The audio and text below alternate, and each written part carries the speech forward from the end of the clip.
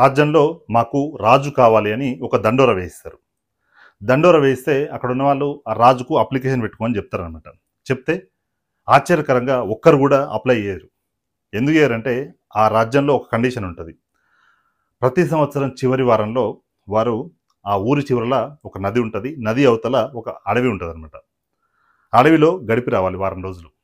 So ఇప్పటి వరకు ఆ అడవిలోకి వెళ్ళిన ఏ రాజు కూడా తిరిగి బతికి రాలేదు. ఎందుకంటే అక్కడ పులులు, సింహాలు అవన్నీ ఉంటాయి. అక్కడ చంపేసి తినేస్తాయి. సో దానికి భయపడి ఎవరు కూడా రాజు పోస్ట్ కోసం అప్లై చేయరు.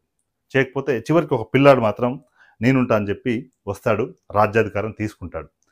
తీసుకొని అతను చేసిన మొట్టమొదటి పని ఏంటంటే ఆ ఊరవతల ఉన్నటువంటి అడవిని మొత్తం నరికేయిస్తాడు. అడవిని నరికేసి అక్కడ పూల చెట్లు, పండ్ల చెట్లు, అంటే ఒక భూలోక స్వర్గంగా దాన్ని మారుస్తాడు. మార్చేసి ఎవ్రీ ఇయర్ చివరి వారంలో అక్కడికి వెళ్తాడు. అక్కడికి వెళ్ళి ఎంజాయ్ చేసి వస్తాడు.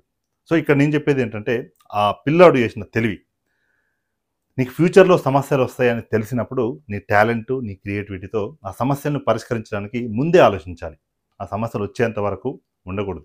అక్కడ ఆ పిల్లోడు చేసింది అదే అనమాట. మనిషి జీవితంలో కూడా మనకు ఫ్యూచర్లో సమస్యలు వస్తాయని తెలిసి ముందే జాగ్రత్త పడి దానికోసం నువ్వు సన్నద్ధంగా ఉన్నప్పుడు ఖచ్చితంగా నీ జీవితం చాలా గొప్పగా ఉంటుంది.